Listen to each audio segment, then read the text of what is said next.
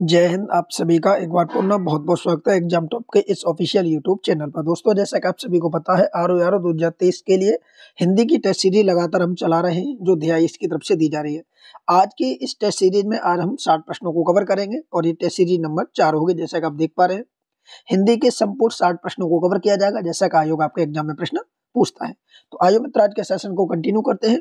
सभी साथी एक बार चैनल को सब्सक्राइब कर लें जिन्होंने अभी तक चैनल को सब्सक्राइब नहीं किया है, और कंटिन्यू इसी प्रकार की टेस्ट सीरीज से जुड़े रहें। आइए बढ़ते हैं आज के पहले प्रश्न की तरफ। आज की क्लास का जो पहला प्रश्न वो आप सभी के सम्मुख है। आप सभी लोग क्या करें, डेली की तरह कॉपी पेन लेकर बैठे और टेस्ट के अंत में आप बताएं कि आपने आज के 60 प्रश्नों में से कुल कितने प्रश्नों को अटेम्प्ट किया है। पहला प्रश्न है, निम्नलिखित में से कौन सा तत्सम शब्द की दृष्टि से सही विकल्प है?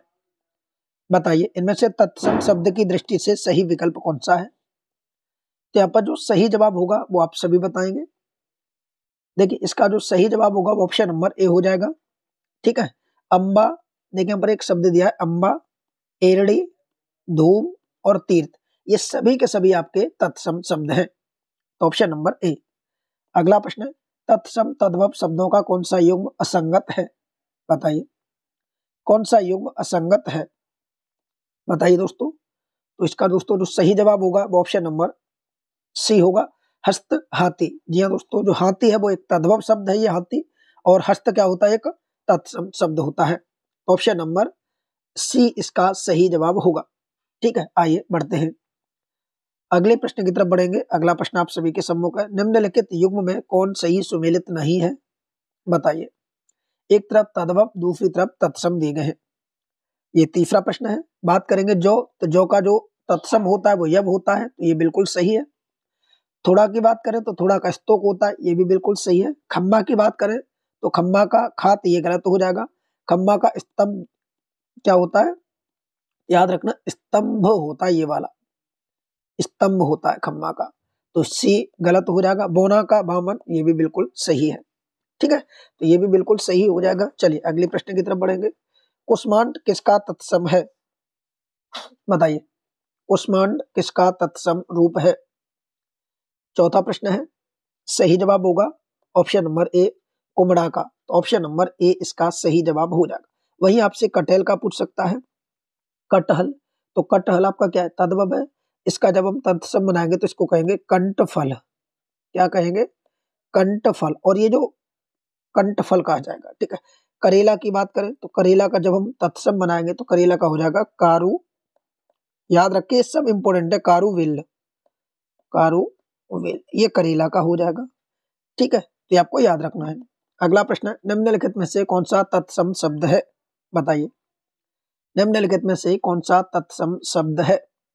अगर आप हिंदी में वास्तविक 60 में 60 लाना चाहते हैं तो आपको डेली प्रैक्टिस करनी होगी इन प्रश्नों की, क्योंकि यही प्रश्न आपके घुमा फिरा के एग्जाम में पूछे जाएंगे। इसका जो सही जवाब होगा ऑप्शन नंबर बी होगा, सुगंध। देखिए, ऑप्शन नंबर जो बी दिया गया, ये सुगंध आपका तत्सम शब्द है, बाकी सभी तद्भव हैं, ऑप्शन नंबर बी। ठीक है। जैसे आयु शब्द दिया गया है, इसका जब आपसे तत्सम पूछा जाए तो आदेश हो जाएगा। क्या हो जाएगा, आदेश हो जाएगा। ठीक है। अगर ताव की बात करें, ताव आपका तद्भव है, जब इसका आपसे तत्सम पूछा जाए तो ताव का अर्थ होगा ताप। फांसी की बात करें तो फांसी का जब आपसे पूछा जाए तो पासिक हो जाएगा। क्या हो जाएगा, पासिका, तो ये हो जाएंगे इनके तत्सम, तो ऑप्शन बी आपका सुगंध तत्सम है।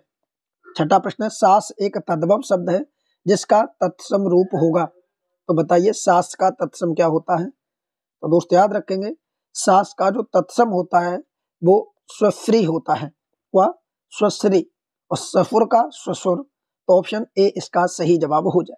अगले प्रश्न की तरफ बढ़ेंगे। अगला प्रश्न, बताइए क्या होगा, एक तद्भव शब्द है, केवल तद्भव शब्द आपसे पूछा है, बताइए क्या होगा, एक तद्भव शब्द है, सही जवाब होगा छिलका, ऑप्शन नंबर बी।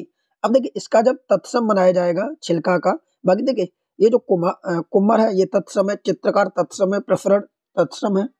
छिलका का जब आपसे तत्सम पूछा जाएगा तो इसको कहते हैं सकल। क्या कहा जाता है, छिलका का कहा जाता है शकल, तो ऑप्शन नंबर सी।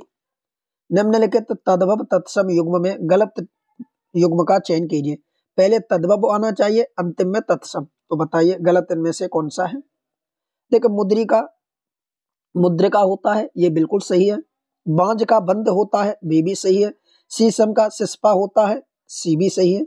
डी दिया कड़ुआ का करकट, तो ऑप्शन डी गलत हो जाएगा, क्योंकि इसका जो करकट होता है वो दोस्तों केकड़ा का होता है। करकट किसका होता है, याद रखेंगे, केकड़ा का होता है।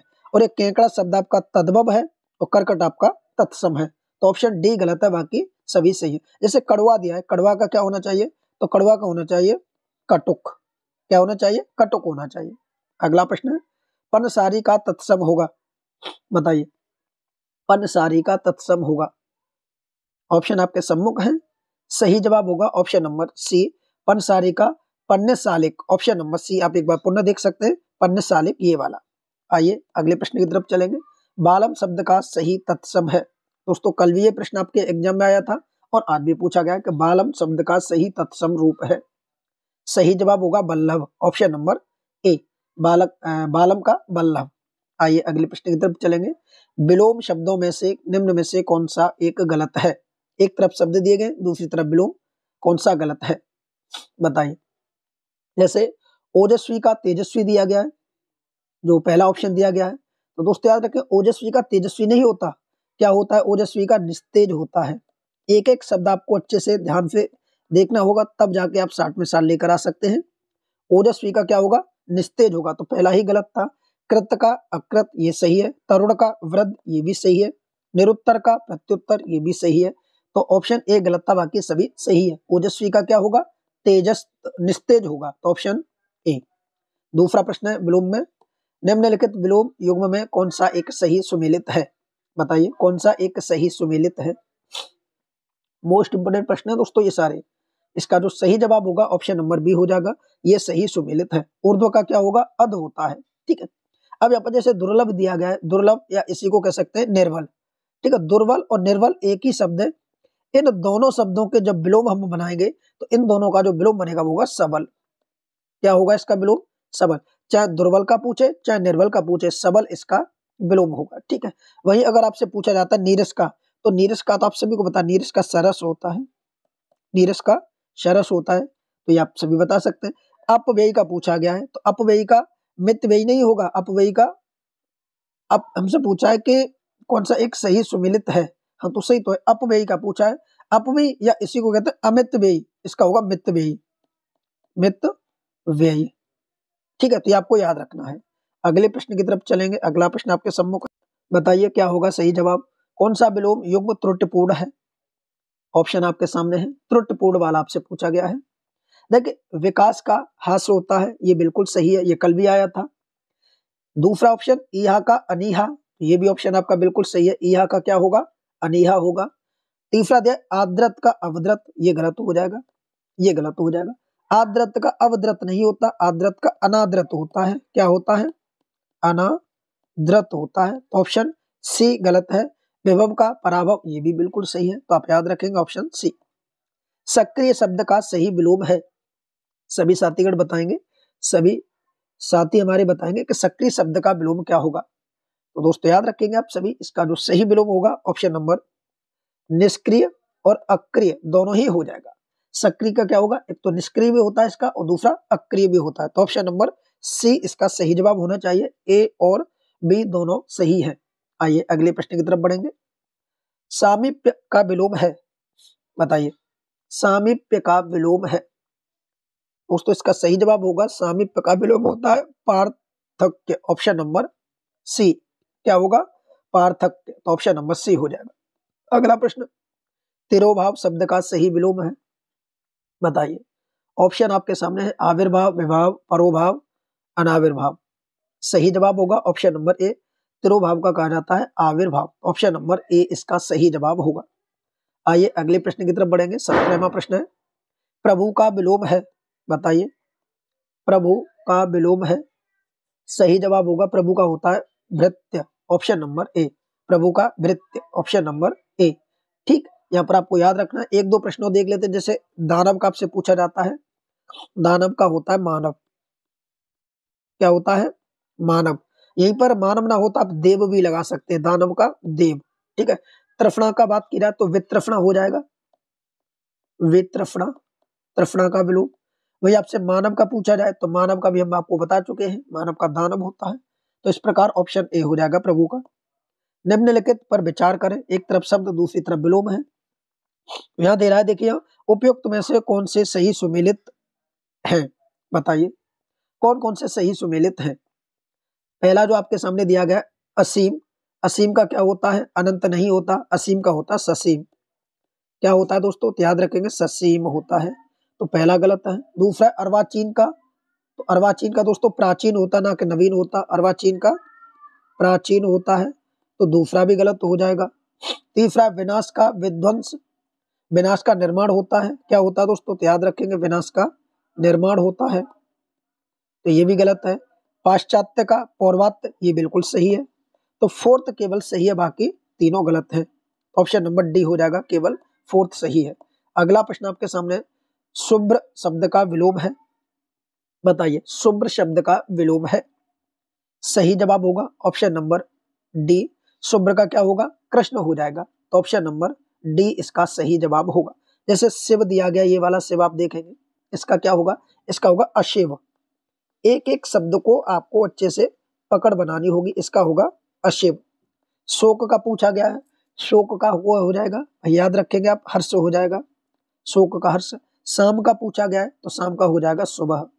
तो ये सभी आपको विलोम एक्स्ट्रा भी याद रखने होंगे, ठीक है। हमसे पूछा गया था शुभ्र, इसका हो जाएगा कृष्ण। अगले प्रश्न की तरफ बढ़ेंगे। अगला प्रश्न आपके सामने, बताइए क्या होगा इसका विलोम।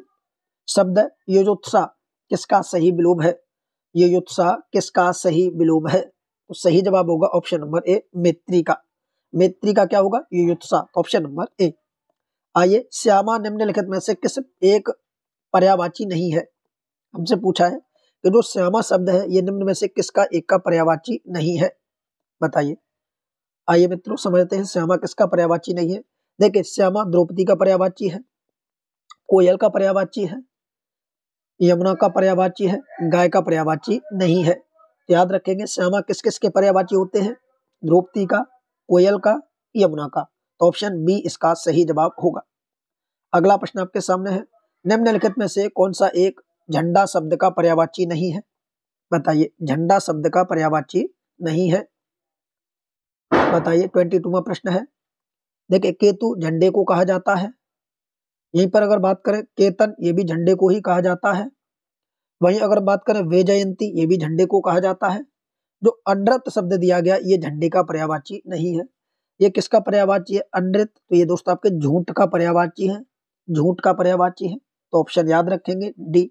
अगला प्रश्न है, पुष्कर पर्यायवाची है, बहुत ही सिंपल प्रश्न दे दिया ये तो, पुष्कर पर्यायवाची है, तो याद रखेंगे पुष्कर तालाब का भी होता है और आकाश का भी होता है, ऑप्शन नंबर सी इसका सही जवाब होगा, ए और बी दोनों का ही। अगला प्रश्न है, निम्नलिखित पर्यायवाची युग्म में कौन सा एक सही सुमेलित है। एक तरफ आपके शब्द दूसरी तरफ पर्यायवाची दिए गए हैं, कौन कौन से सही सुमेलित है, बताइए। पहला दिया है खिड़की, खिड़की के पर्यायवाची कौन कौन से होते हैं, तो बारी होता है, दूसरा दरीची होता है। एक शब्द दिया गरुड़, गरुड़ का एक तो नागांतक होता है और उर्गारी होता है। एक शब्द दिया गधा, गधा का रासव भी होता है और चक्रीवान भी होता है, तो ऑप्शन नंबर डी सही जवाब होगा कि सभी के सभी पर्यायवाची सुमेलित हैं। अगला प्रश्न आपके सामने यहीं पर दिया गया है, देखिए ये 25वां, सहोदरा, बांधवी और सहगर्भिणा किसके पर्यायवाची हैं, बताइए। तीन शब्द यहाँ पर दिए गए हैं और पूछा ये तीनों के तीनों किसके पर्यायवाची हैं। सभी के सभी प्रश्न मोस्ट इंपोर्टेंट है। सहोदरा, सहोदर किसका होता है, भाई का, तो सहोदरा बहन का हो जाएगा, तो ऑप्शन नंबर डी हो जाएगा। बांधवी बहन का, सहगर्भिणी बहन का, तो ऑप्शन नंबर डी इसका सही जवाब होगा। इसी क्रम में अगला प्रश्न है, मुक छुर किसका पर्यायवाची है, ऑप्शन आप सभी के सामने है, मुक छुर किसका पर्यायवाची है, ऑप्शन आप सभी के सम्मुख है। सही जवाब होगा ऑप्शन नंबर सी, दांत के। देखिए दांत के अन्य पर्यायवाची भी होते हैं, जैसे दंत, रदन, रदन, दंत रदन, रद, दशन, ये सभी दांत के पर्यायवाची होते हैं। द्विज, ठीक है, तो ये सभी के सभी दोस्तों आपके दांत के पर्यायवाची होते हैं, तो ऑप्शन सी। आइए अगले प्रश्न की तरफ बढ़ेंगे। सही जवाब क्या होगा, पर्वत का पर्यायवाची नहीं है। हमसे पूछा है कि जो पर्वत है इसका पर्यायवाची इनमें से कौन सा नहीं है, बताइए दोस्तों क्या होगा इसका सही जवाब।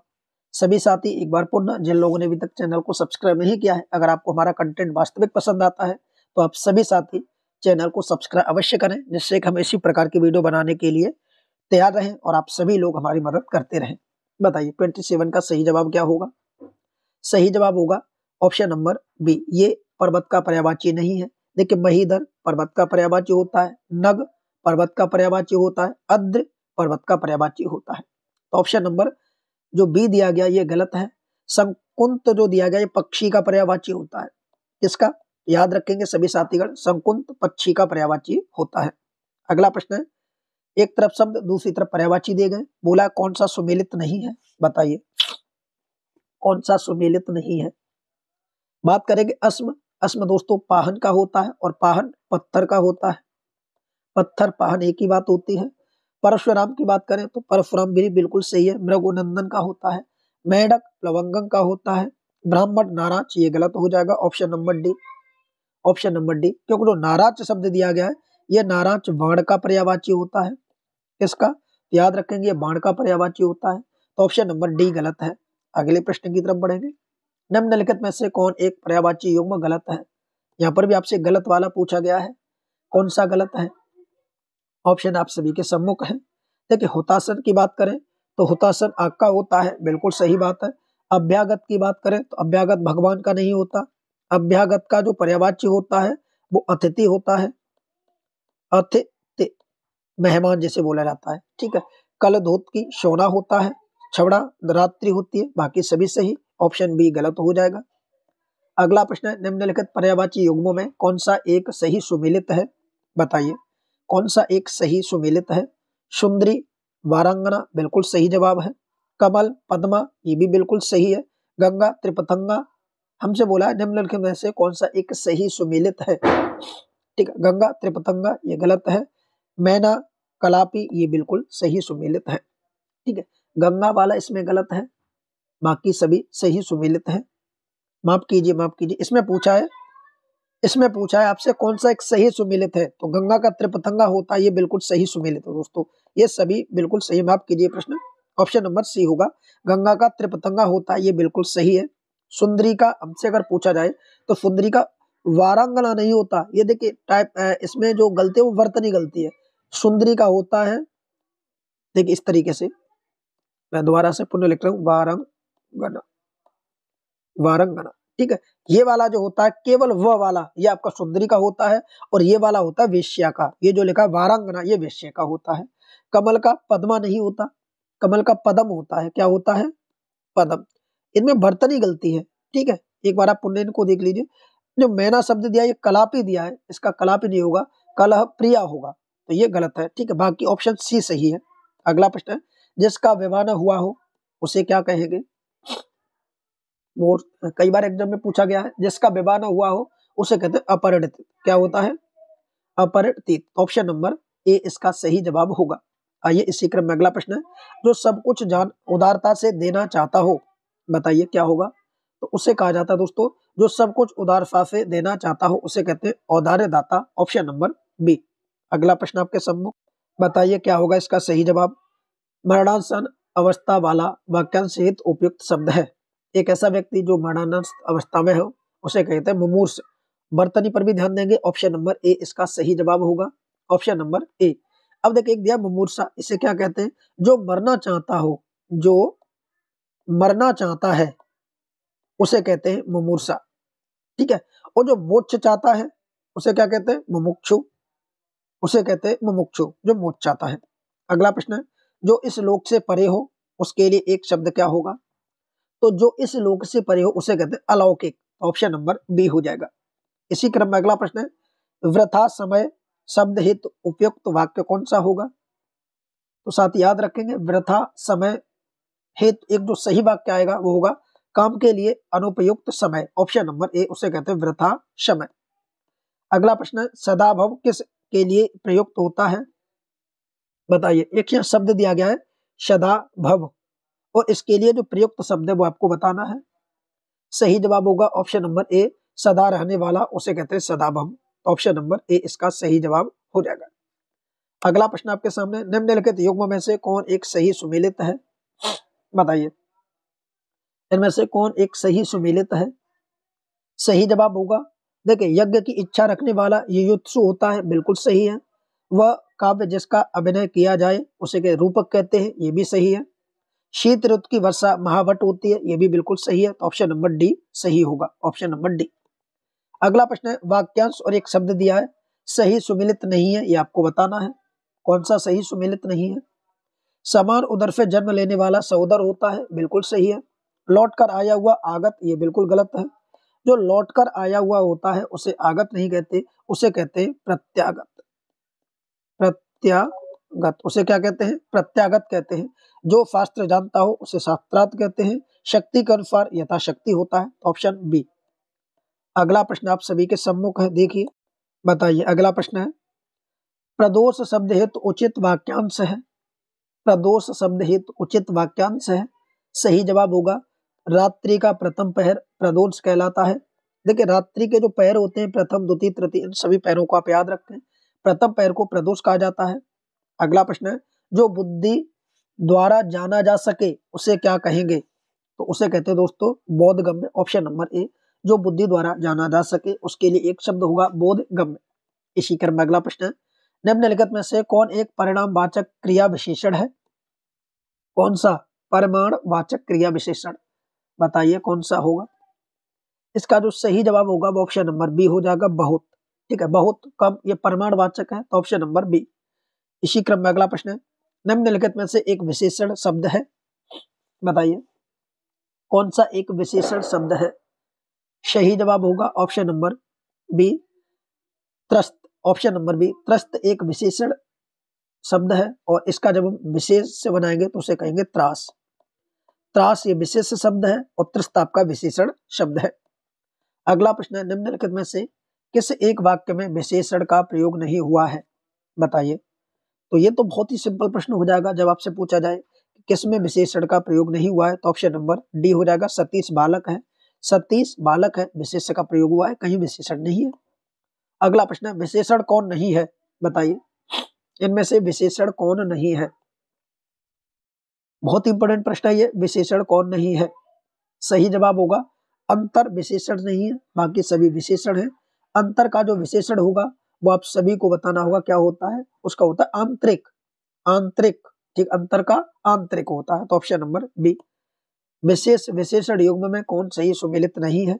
मोस्ट इंपोर्टेंट प्रश्न है दोस्तों, मोस्ट इंपोर्टेंट क्वेश्चन है ये, मोस्ट इंपोर्टेंट क्वेश्चन है ये। ऋषि का आर्ष होता है, बिल्कुल सही जवाब है। उसके बाद कोप का कुपित होता है, ये भी बिल्कुल सही जवाब है। माता का मातृक होता है, ये भी बिल्कुल सही जवाब है।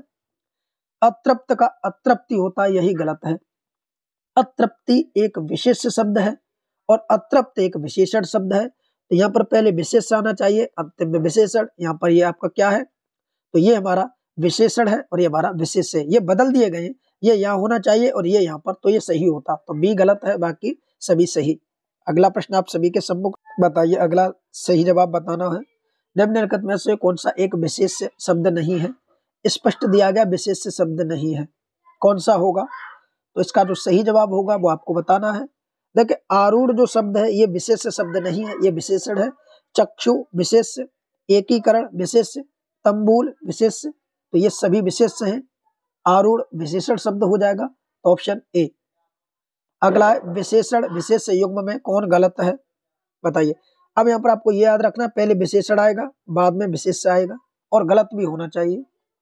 आइए सही जवाब की तरफ चलेंगे। पहला जो दिया गया डाही डाह, ये बिल्कुल सही है। दूसरा है जागृत का जागरण, ये भी बिल्कुल सही है। तीसरा है निराकरण का निराकृत, ये गलत हो जाएगा। क्या हो जाएगा? ये गलत हो जाएगा।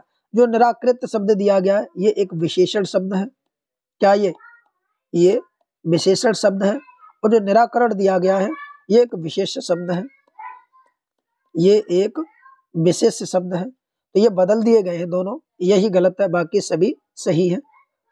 अगला प्रश्न है गुणवाचक विशेषण के कितने भेद हैं? बताइए गुणवाचक विशेषण के कितने भेद हैं? ये इंपॉर्टेंट प्रश्न है। 7 भेद हैं, ऑप्शन नंबर डी। गुणवाचक विशेषण के कितने भेद होते हैं? 7 भेद होते हैं। अब आपसे पूछा जा सकता है वो कौन कौन से 7 भेद होते हैं, तो आप चाहें तो एक बार देख सकते हैं। एक होता है भाव, भाव के आधार पर गुणवाचक की पहचान की जाती है। एक होता है रंग, रंग के आधार पर गुणवाचक की पहचान की जाती है। एक होता है दशा, दशा के आधार पर। एक होता है आकार, ये सब गुणवाचक के अंतर्गत आते हैं, आकार। एक होता है समय, ये भी गुणवाचक के अंतर्गत आता है। एक होता है स्थान, ये भी गुणवाचक के अंतर्गत आता है। एक होता है गुण। तो 1 2 3 4 5 6 7, तो गुणवाचक के कितने भेद हुए? 7 भेद हुए। अगला प्रश्न है, किसी विशेषण की विशेषता बताने वाले शब्द को कहते हैं। तो साथियों ये तो बहुत इंपॉर्टेंट प्रश्न हो जाएगा। किसी विशेषण की विशेषता बताने वाले शब्द को प्रविशेषण कहते हैं। Option number A. अगला प्रश्न है, बहुत सारा गेहूं में किस प्रकार का विशेषण है? तो गेहूं कितना है? बहुत सारा, इसकी कोई निश्चित मात्रा तो है नहीं है। तो इस वाले प्रश्न को हम कहेंगे कि ये जो प्रश्न है ये अनिश्चित परिमाणवाचक विशेषण है। तो ऑप्शन नंबर डी। अगला प्रश्न है, एक की वर्तनी शुद्ध है, बताइए। एक की वर्तनी शुद्ध है, कौन सा होगा? यहाँ पर जो वर्तनियां दी गई है यहाँ से प्रश्न पूछा जाता है। एक की वर्तनी शुद्ध है, जैसे सबसे पहले दिए द्वंद्व, क्या द्वंद्व सही लिखा है? तो ये गलत लिखा है। द्वंद्व कैसे लिखा जाता है? तो साथियों वर्तनी पर आपको बहुत ज्यादा पकड़ बनानी होगी और वर्तनी हर जगह आपके काम में आएगी। ये जो द्वंद्व लिखा गया ये बिल्कुल सही लिखा गया है। दूसरा आपका मुहूर्त, ये सही है, ये भी गलत है। ये कैसे लिखा जाता है? तो आप याद रखेंगे ये मुहूर्त इस तरीके से लिखा जाता है, ये मुहूर्त सही है। वहीं पर आगे हम बात करें, यहाँ पर पिशा शब्द दिया गया पिशाचिनी, क्या ये सही है? तो ये पिशाचिनी नहीं होता, पिशाच होता है। क्या होता है? पिशाच होता है, पिशाच। तो ये सही है। ऑप्शन डी बिल्कुल सही है। ठीक है, जात्यभिमान ये बिल्कुल सही है, बाकी सभी गलत है। अगला प्रश्न है, वर्तनी शुद्ध है। यहाँ पर भी आपसे वर्तनी शुद्ध का प्रश्न पूछा गया है, बताइए इनमें से कौन सी वर्तनी आपको शुद्ध दिख रही है? देखिए पौरुष की बात करें, पौरुष आपका गलत है, क्योंकि पौरुष इस तरीके से नहीं लिखा जाएगा। पौरुष इस तरीके से, ये जो रा दिया गया है इस पे छोटे ऊ की मात्रा होगी, अर्थात इस तरीके से होगा पौरुष, छोटा ऊ होना चाहिए। अतिशयोक्ति की बात करें ये भी गलत है। अतिशयोक्ति की बात करें ये भी गलत है। अतिशयोक्ति में ये जो सा होता है ये पूरा होता है, अतिशयोक्ति होता है। अतिशयोक्ति, ये जो सा होता है ये पूरा होता है, तो ये भी गलत है। वही अगर बात करें व्यवहारिक की, तो ये भी गलत है। व्यवहारिक नहीं, यहाँ देखिए व्यावहारिक दिया गया है, जबकि शुद्ध वर्तनी होती है व्यवहारिक। व्यवहारिक ये बिल्कुल सही होती है। तो जागृत शब्द है ये बिल्कुल सही लिखा गया है। अगला प्रश्न आप सभी के सम्मुख है, बताइए शुद्ध वर्तनी। यहाँ पर भी आपसे शुद्ध वर्तनी पूछे अनुग्रहित की, बताइए दोस्तों अनुग्रहित कौन सी शुद्ध लिखी गई है? सही जवाब होगा ऑप्शन नंबर डी, अनुग्रहित। ये देखिए गृह ये होता है अनुग्रहित, ऑप्शन नंबर डी। आइए अगले प्रश्न की तरफ बढ़ेंगे। अगला प्रश्न आप सभी के सम्मुख है, निम्नलिखित वाक्य में एक अशुद्ध वाक्य का चयन करें। एक अशुद्ध वाक्य का चयन करें, सही बताइए। 3 वाक्य सही होंगे, एक गलत होगा, तो वो कौन सा वाक्य गलत है वो आपको बताना है। पहला दिया गंगा नदी बहुत नीची है। गंगा नदी बहुत नीची है, तो बहुत नीची नहीं होना चाहिए, गंगा नदी बहुत गहरी है। नदियों के लिए गहरी का प्रयोग होता है, न कि नीची का। तो पहला ही वाक्य आपका गलत हो जाएगा, बाकी तीनों वाक्य आपके सही होंगे, क्योंकि हमसे पूछा कौन सा गलत है, तो पहला ही हमारा गलत है। याद रखेंगे जब भी नदी, तालाब और नहरों की बात की जाए तो गहरी की बात होगी, न कि नीची की। तो ऑप्शन पहला गलत है, बाकी सभी सही। अगला प्रश्न है, निम्नलिखित में से किसकी वर्तनी अशुद्ध है? यहाँ पर भी आपसे अशुद्ध वर्तनी पूछी गई है, बताइए कौन सी वर्तनी अशुद्ध है। बात करेंगे क्लेश, तो क्लेश की जो वर्तनी है वो बिल्कुल सही लिखी गई है, शुद्ध वर्तनी है। यहीं पर अगर बात करें मैं यहाँ पर पुनरुक्ति की, तो पुनरुक्ति जो वर्तनी है वो बिल्कुल आपकी सही लिखी गई है। ऑप्शन सी की तरफ जाएंगे तो यहाँ दिया वर्तन्य, तो ये वर्तनी दोस्तों आपकी गलत लिखी गई है। अब ये वर्तनी क्यों गलत है, इसका जो शुद्ध रूप होगा वो किस तरीके से होगा, तो आप यहाँ देख सकते हैं। इसका जो सही रूप होगा वो होता है इस तरीके से, वर्तसना। तो ये जो सा दिया गया इसमें, ये सा पूरा होता है यहाँ पर, ये वर्तनी सही है और ये वर्तनी गलत है। दयनीय ये बिल्कुल सही है, तो ऑप्शन सी। अगला प्रश्न है, अशुद्ध बताना है आपको, अशुद्ध वर्तनी कौन सी है? 3 सही है, 1 गलत है, गलत वाली बतानी है। देखिए श्रीमती होता है, ये गलत है। श्रीमती होता है, क्या होता है? श्रीमती होता है, इस तरीके से लिखा जाता है श्रीमती, इस तरीके से श्रीमती लिखा जाता है। तो पहला गलत है, बाकी तो तीनों सही है। यहाँ पर याद रखेंगे व्रज भाषा होती ना कि ब्रज भाषा, ये व्रज होता है, ठीक है, याद रखना है। अगला प्रश्न है, निम्नलिखित में से अशुद्ध वाक्य का चयन करें। यहाँ पर भी आपको अशुद्ध वाक्य बताना है, यानी 3 सही वाक्य है, 1 गलत वाक्य है। बताइए, अशुद्ध वाक्य का चयन करना है।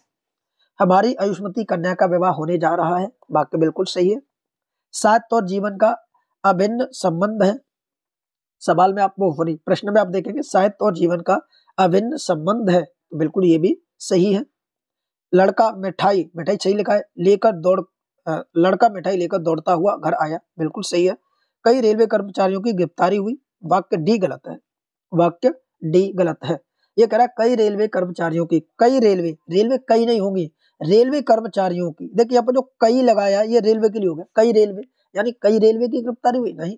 ये वाक्य कैसे सही होना चाहिए, ये होना चाहिए रेलवे, यहाँ होना चाहिए के कई कर्मचारियों की गिरफ्तारी हुई। तो ये कई शब्द ये पहले नहीं आएगा, ये रेलवे के बाद में आएगा, के कई ये शब्द होना चाहिए। तो रेलवे के कई कर्मचारियों की गिरफ्तारी हुई, ठीक है। तो ऑप्शन नंबर डी।